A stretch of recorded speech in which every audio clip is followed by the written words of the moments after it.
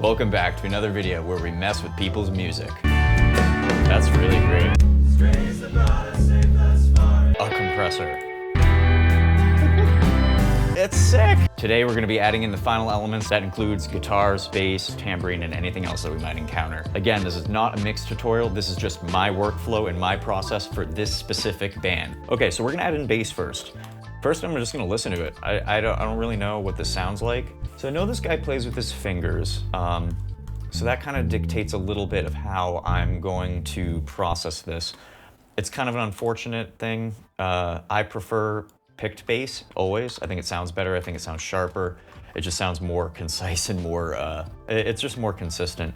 But we also have an upright bass with DI and mic. So that's going to be,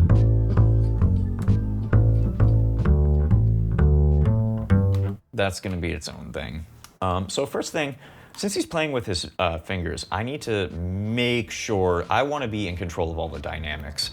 I mean, aside from like timbre or like the inflection of the bass, that's, you know, I don't want to smash the dynamics, but I do want to control the volume. So because he's playing with his fingers, I'm going to use Bass Rider from Waves. I don't typically use this plugin at all because I'll just control it with automation, but for this, I'm going to try it.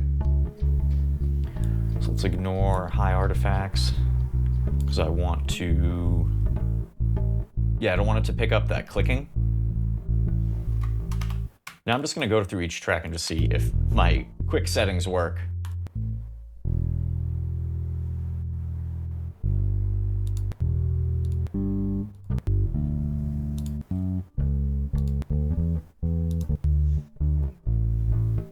And that sounds good to me.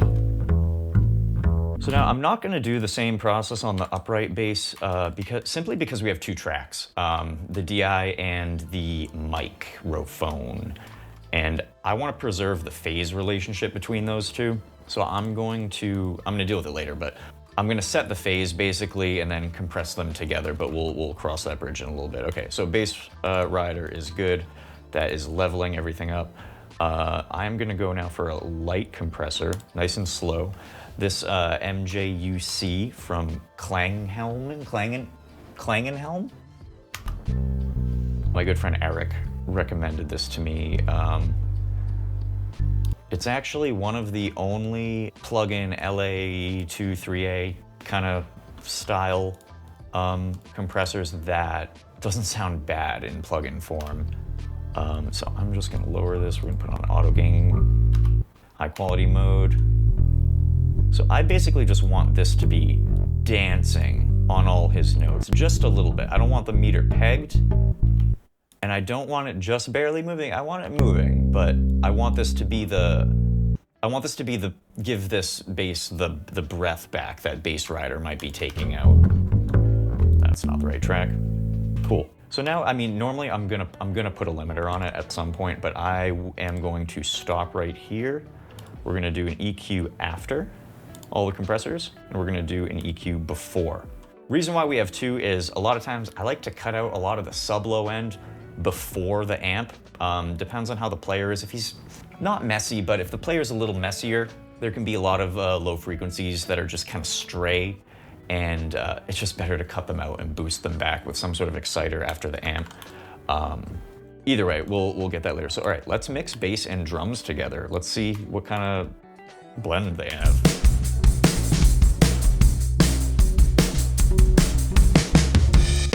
I need to send this to my bass bus.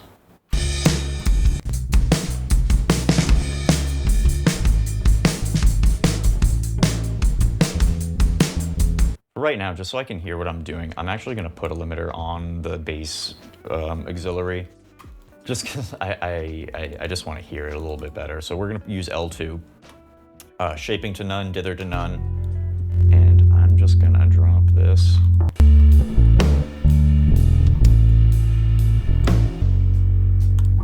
Then I'm going to throw another EQ on after L2 and before L2. We're going to bypass them both. All right, so listening to this bass, it doesn't sound bad. It does have a slightly darker tone to it. So I'm gonna go to the EQ before all of the compressors. I just want to do a sweep and see where this this bass is lacking, I guess. I'm gonna think it's around the like 800 to 2K, 3K mark. The other thing is I don't want to necessarily cut frequencies out right now. Right now, you know, the normal thing to do would just be like, oh, it's kind of woofy, so let's drop that. But kind of in the same way CLA doesn't like to cut, I don't want to cut unless there's a problem. So right now there's no problem with the bass, so let's just see what it could gain by boosting something.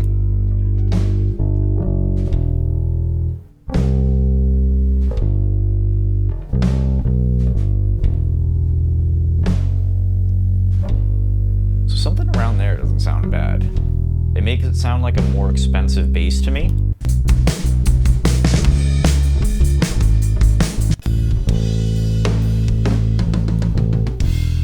Drop that down just a little bit. Typically I like to do my high-end, unless the bass is clicky, typically I like to do my high-end boosts before the compressors and my low after the compressors. That's why I enabled all these EQs right now. So now we're actually going to do the same with low end after L2 though.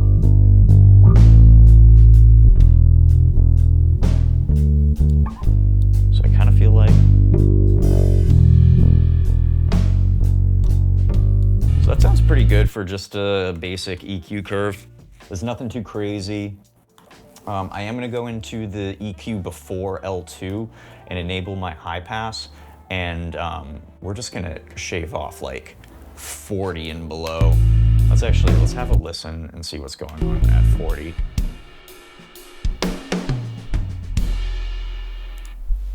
All right. There is information down there, but honestly, that's where I want the sub for my kick to live. So we're gonna cut it right, start at 41 and have it sloping, not as drastic as that, like that. So that's just gonna give L2 a little bit more clarity to work with, and a little bit more distortion proofing myself. Cool. Obviously the bass is way too loud right now too. We're just getting a feel for where everything's gonna sit.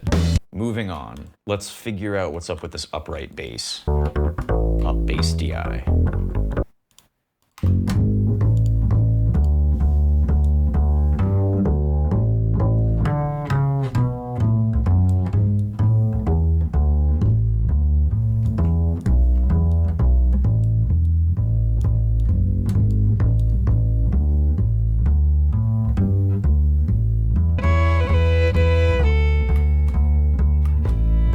Wasn't expecting violin right when where is that coming from? Fiddle. So I have some woofing happening, or chuffing, or whatever happening with the bass right there. I don't know if that's actually just an artifact with the microphone or with my processing, but I don't, oh, it's probably this. Yep, it was that.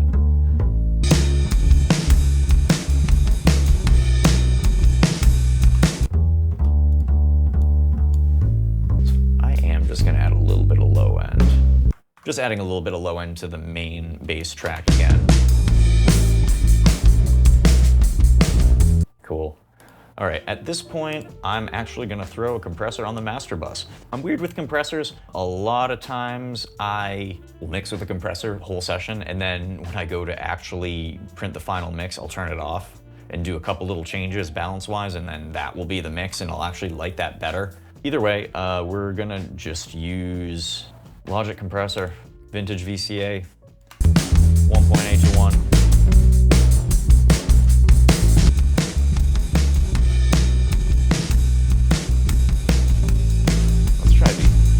Let's try gray real quick. I know I'm slamming it right now. I just want to see the character of what's going on, if this works, which I think it does. A little bit more than the Logic compressor.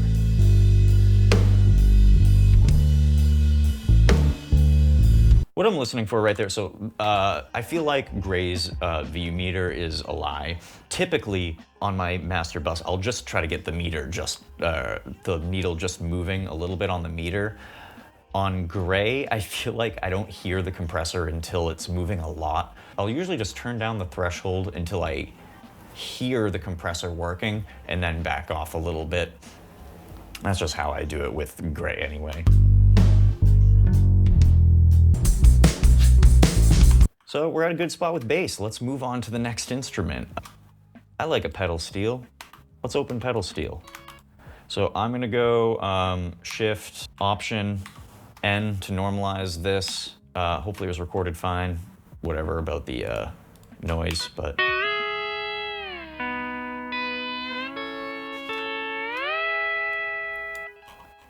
All right, so what is going on with this acoustic? Let's actually do the acoustic first, because that's gonna be the backing behind this pedal steel, even though I really wanna get to the pedal steel.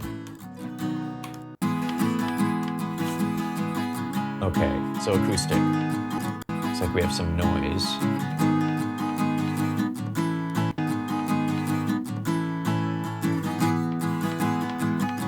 That's unfortunate.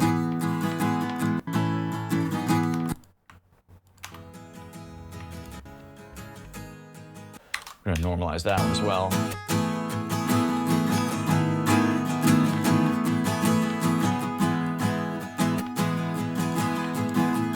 Okay, so it sounds like there's just a chair wobbling or something in the recording. It's not the biggest deal. I mean, it sucks, but I mean, back in the day, I used to think it was so cool when I heard on a Dashboard Confessional record, you know, like the chair creaking. So whatever, it's fine.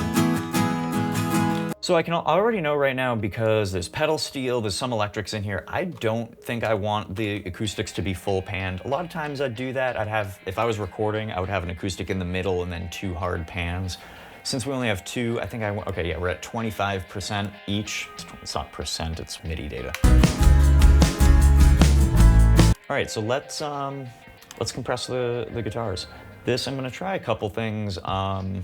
It really depends on whether you want to go for a snappy percussive acoustic sound or a airy background ambient guitar sound. Because this song,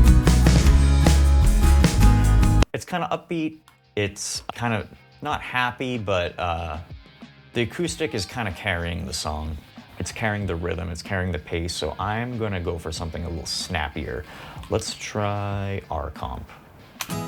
Just simple compressor. I always find this is pretty snappy.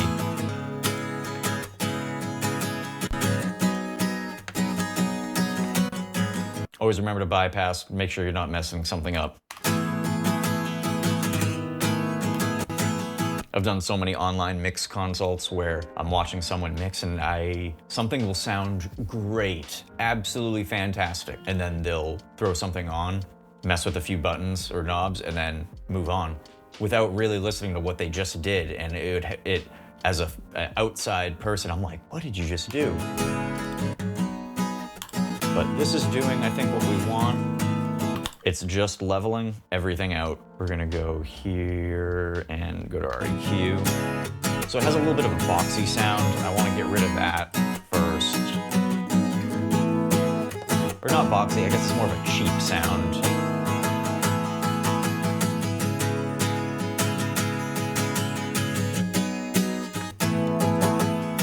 About there-ish. We already have enough high end. Let's see what we can do with the low end. Oh yeah. So around 100 Hertz, let's find a better EQ for the job. I hate that they load all of these when I just own like 3 of them. Oh good Lord, that's not even the one I want, but okay, we'll try it anyway. This is what I wanted.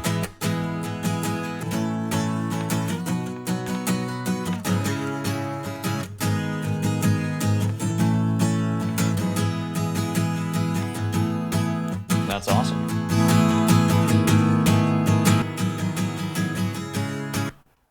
I like this EQ because it actually has this little drive button. You can actually hit it and turn up the line gain, and it will drive it like you're using a mixer. And it's just another layer of compression that I kind of like what it's doing. Now let's put our acoustics in a room. Honestly, Space Designer from Logic is one of the best. It's not really the best because it's a impulse response player thingy, so they're all kind of the same, but the impulses are really great.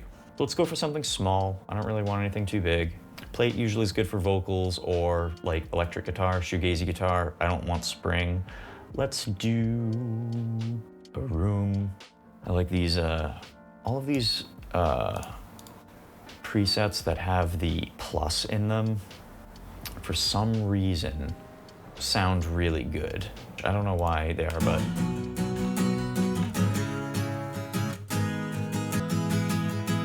awesome. So we have our little short room reverb. Then I actually like to put a long reverb after it. So we're gonna do, again, this is gonna be really subtle, but just something to give a bit more depth and space to the to the guitar.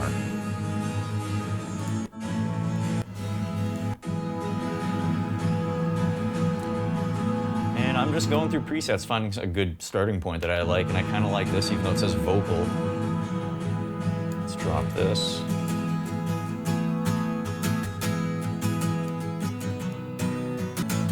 That's cool. So we even have like a little bit of modulation on the reverb too, giving it a little bit more life. Anything to inject a little bit of vibe to this, I'm totally down with.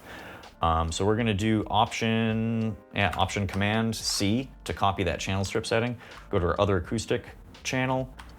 We're gonna paste, and then we're just gonna move this back, our pan back over to +25.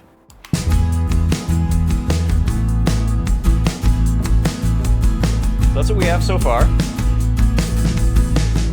Now from all my years of mixing metal, we're actually gonna use L2 on the acoustic bus, just to take away those high peaks. I don't want a transient to stack up between the two guitars and like trigger anything later down the mix. So again, we're not slamming the acoustic track, but we are cutting down the peaks quite a bit. If you drag these, the two arrows right here, it drops the output ceiling along with the threshold, so you get a really fair representation of what you're doing to the audio. Because if you do it just by lowering the threshold, it gets louder, and of course your ear is gonna hear it as better.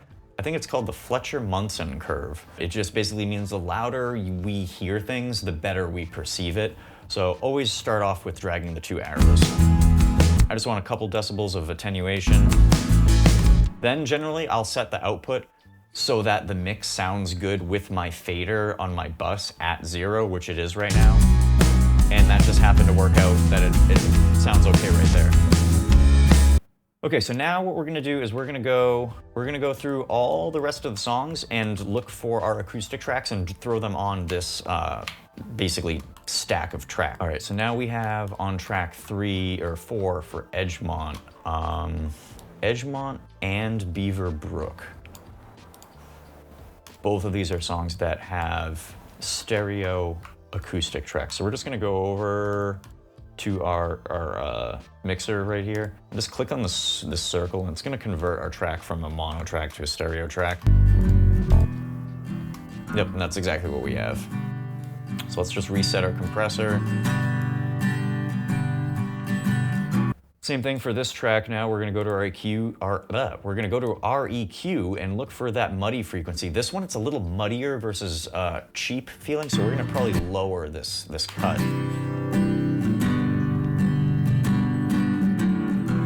Somewhere around there.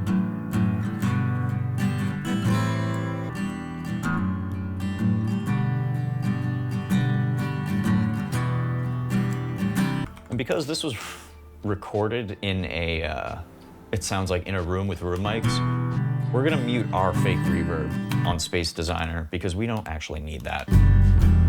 Let's have a listen.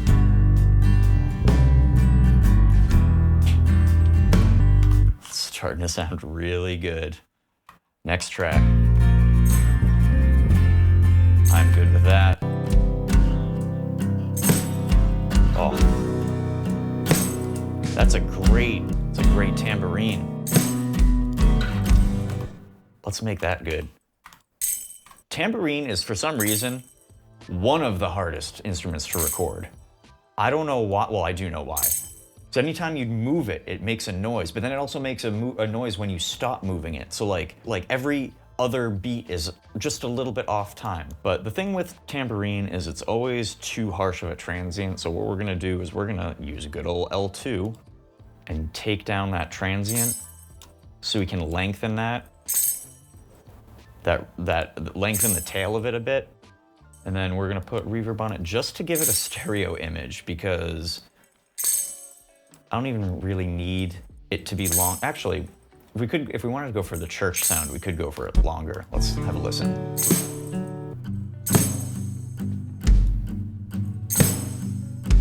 Okay, maybe we do want to go for a longer sound. Let's just get rid of some of this brightness. Bump this up. Okay, I kind of like it. I thought it was going to be cheesy, but I like it. Maybe a little bit darker on the high end tail. Percussive guitar. So I assume this is gonna be our rhythm.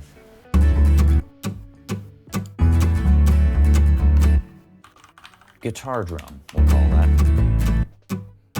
And this is a stereo track, although it's really not. So let's put this back, save on processing power. Let's put this in a really small short room. Not like that. I just want it to sound real. Like that.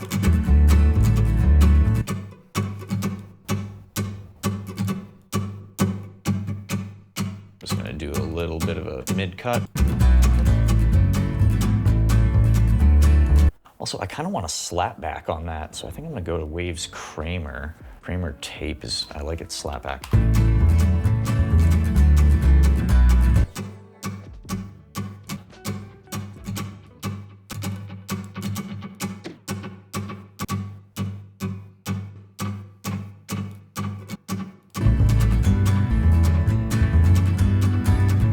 Slap, I always like to make it some sort of rhythm. So like, in this case, it's a I'd like to try to achieve, or like something quicker.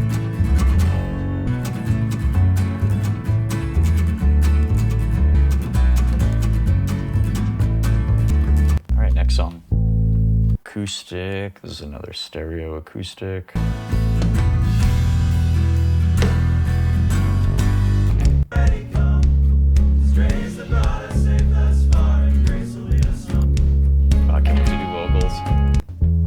And then the last song, we have lead DI, lead electric.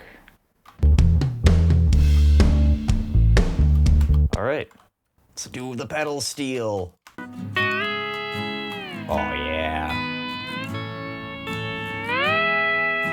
First thing I'm gonna do, compress. I want this to be snappy AF. I'm gonna crank it just so I can hear what's going on. I want an amp that injects some vibe, but doesn't, I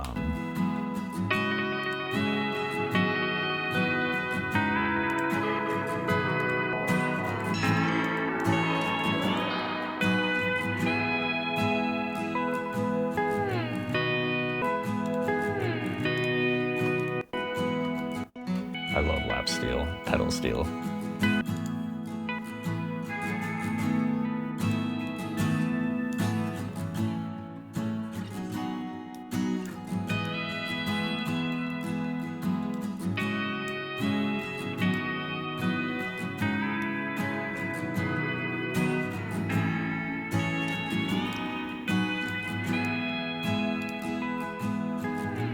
All right, so I actually don't like the amp on it. I'm taking that off. It's actually doing the opposite of what I want.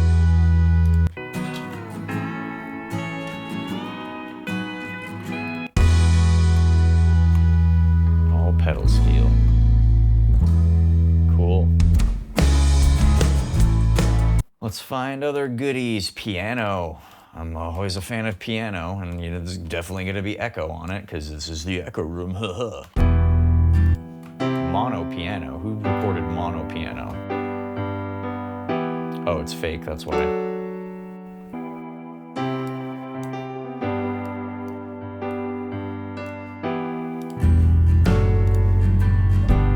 The piano needs some distortion. Funny, piano actually put a fair bit of distortion on it usually.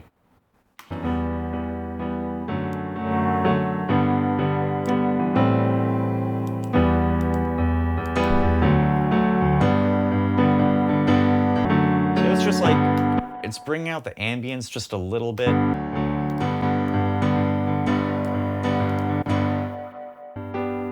It just sounds a little bigger to me.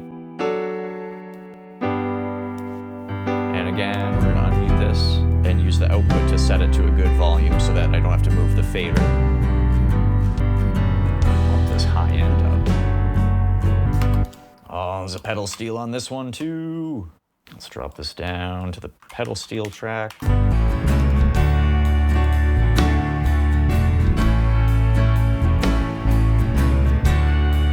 That's great.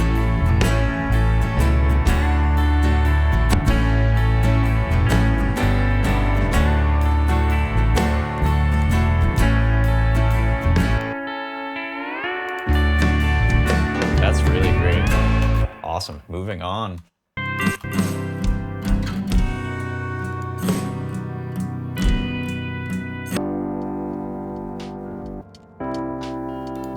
I want a very strong, distinct stereo something happening with this. To kind of mimic the old style doubling, I actually might use Waves Doubler. Wow, my dyslexia really kicked in there. And we're gonna put soar behind it.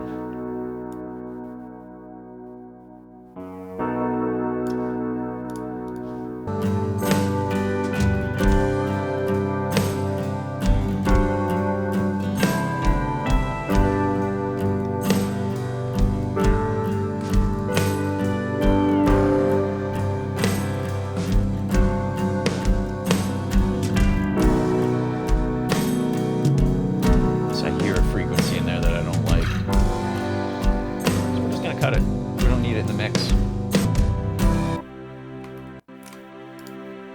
Those are some strings. Good old Casio strings. So same thing, we're gonna put a reverb on this just to make it stereo. It doesn't even have to be long, just something to make it wide. Any of this crap.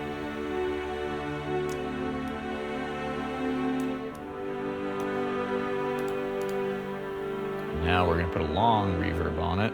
Valhalla plate. Let's check our context. Normally I'd want to keep reverb off of this, but because it is a Casio, or did I presume Casio, keyboard, I want to keep it as ambient as possible with putting that lightly, because it is a cheap sound. Which is fine and it's cool, but I want to hide that as much as possible. So we have low strings now.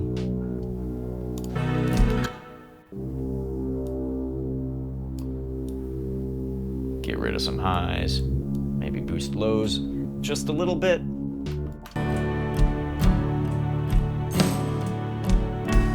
then drop the volume.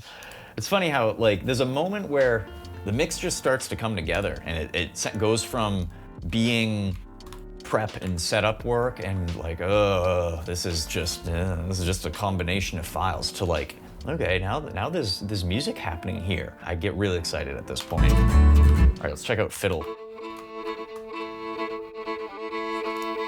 Fiddle always has this big mid hum. So like I said before, I'm not gonna cut it out, but I am gonna boost around it. Another instrument that can benefit from a little bit of drive, not necessarily like distortion, but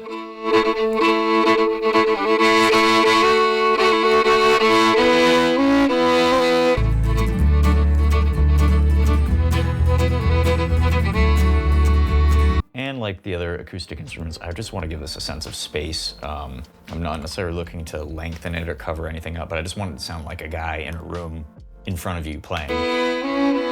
It's a little too dreamy. It's nice sounding, but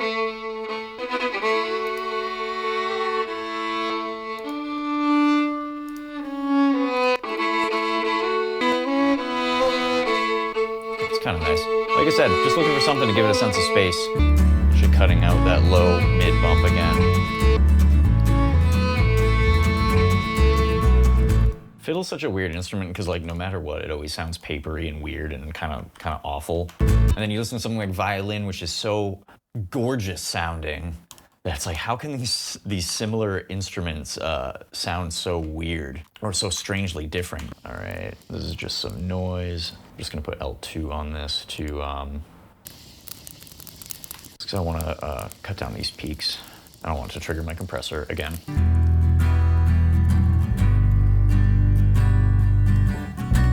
Now we're gonna use Space Designer again. I'm pretty sure there's literally a preset called Forest, and we're gonna use it because where else would you have a fire? Old Forest, there we go. Works for me. I feel as old foresty as ever. All right, let's see what this is. The Foley Loop, can only imagine. Oh, it's birds and crap. Let's also put them in the dark forest. We are in a forest, officially. Oh man, we're onto electric guitars, yes! Guitar bus, unmute. See what kind of damage control we have to do. So I assume this is one guitar. We're gonna open up a plugin called Auto-Align from Sound Radix. Copy channel strip, paste channel strip. Let's open up both of these. And basically one track is gonna be the master, one's gonna be the slave, and they're gonna link phase. So we're gonna set send one, receive one. They turned green. We're gonna detect delay and polarity. Detect delay and polarity. We're gonna drive these up just so it's not picking up anything in our noise floor.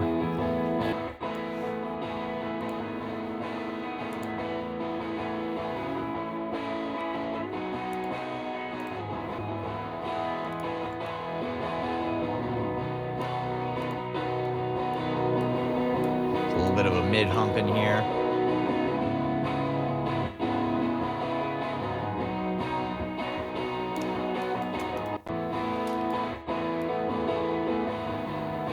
Thing is, I don't want to cut too much low on because I don't want these to sound thin.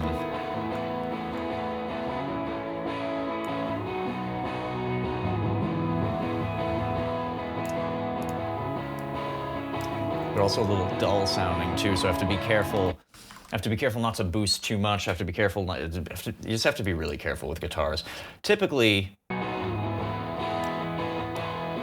would have mic'd this a little differently or used a different cab.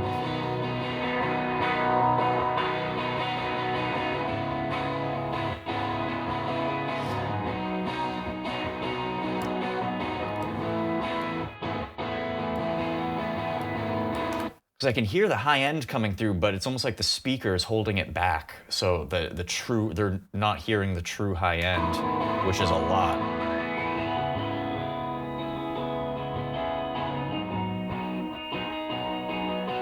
There, I'm just looking for that resonant frequency. I could kind of hear that it was gonna clash with the vocals. Hear it all together. Not bad, really not bad. I was expecting worse.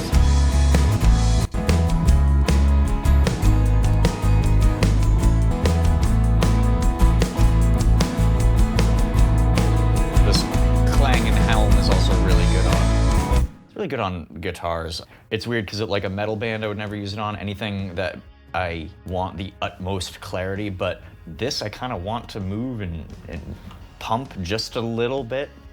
So actually this compressor is really good for that. Let's go to the next song. Looks like we have electric lead DI and electric lead amp. Let's see what kind of tone they had.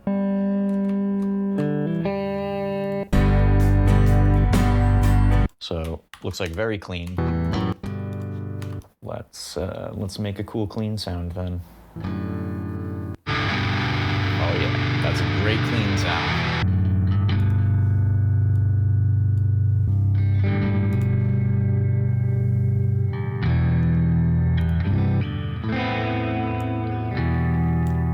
Sounds awesome.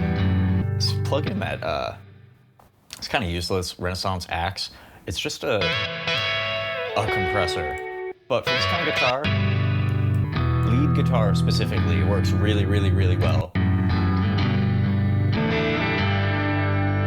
Guitar's kind of distorting. If you notice, so the guitar was distorting like a little bit in the lower strings, but I really like the vibe of the high. So what I just did is I just actually put an EQ before the guitar amp, and we're just gonna cut the lows out a little bit so it hits the preamp of the amp a little bit cleaner. I mean, you can see as I turn that up, it's changing the response of the amp. Super clean. Little bit of breakup. I can do that here too.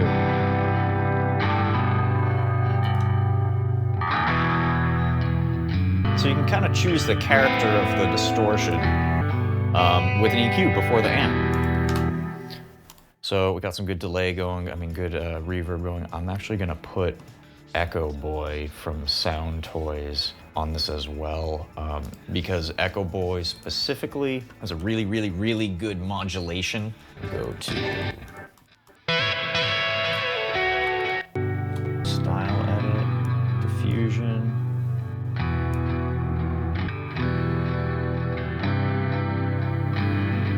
See that modulation on the delay is what's giving it that ethereal, not warbly sound, but chorusy sound.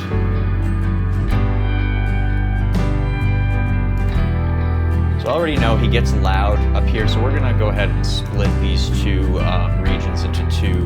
We're gonna duplicate our track and go down here, and I know we're gonna have to drop the gain of this.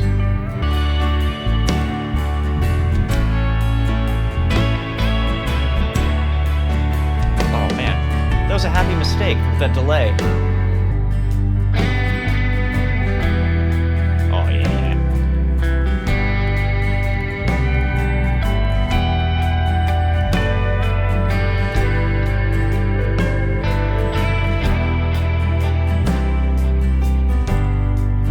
So funny going from mixing a metal band to something like this on a day-to-day basis. I love it. This is why I can never be in a band again, because I get way too much excitement going from making something brutal to like... It's sick! All right, moving down the line. Oh, that sounds sweet. Hell yeah. Nothing needed. A little low cut. We'll brighten it just a hair. Oh yeah.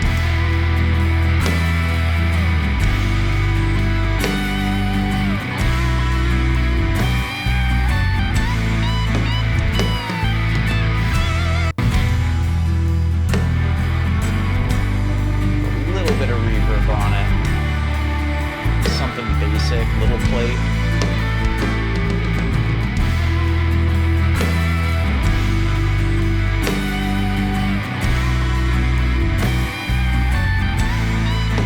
Awesome, awesome, awesome. Looks like we only have one guitar for each side here, so we're gonna normalize them and just put some automation points before and after the regions so we can level them. I'm just looking at my guitar bus in the bottom left and adjusting the volume to give them approximately the same volume.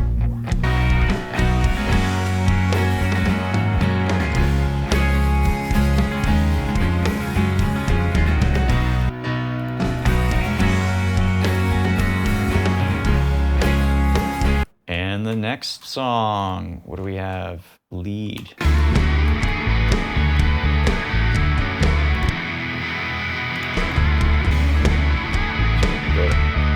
Just gonna go to my automation settings for Echo Boy, which I have on this like stereo guitar track. I'm just gonna cut that Echo Boy mix down. We're gonna drop that for all the songs because we don't need that except for that first song. And if we need it, we'll add it back in, but I just had forgot to do that earlier. So same thing for that lead. So it's gonna need its own EQ curve, so I'm just gonna give it its new channel. If it sounded good and didn't need a balancing, I would have just automated the plate reverb down. But like I said, since we need to EQ it, screw it, put it on its own track. Let's turn off this.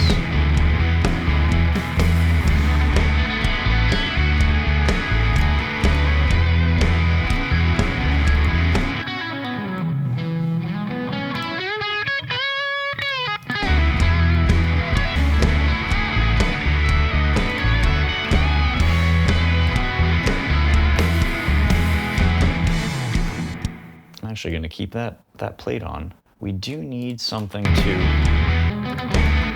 make it a little louder. Not louder, but heard more. I'm actually going to try gain reduction too.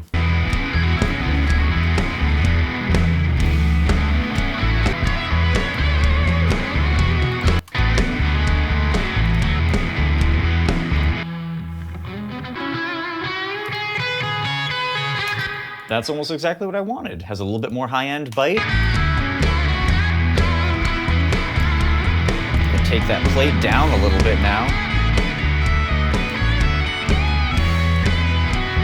All right, I think I'm gonna end this episode right here. We're at a really good stopping point. Everything sounds freaking awesome. Stay tuned for next time. We're gonna add in vocals. We're gonna do a lot of automation, and we're gonna do a lot of automation on buses, to be specific. So if you wanna see my process with that, like and subscribe. See you next time.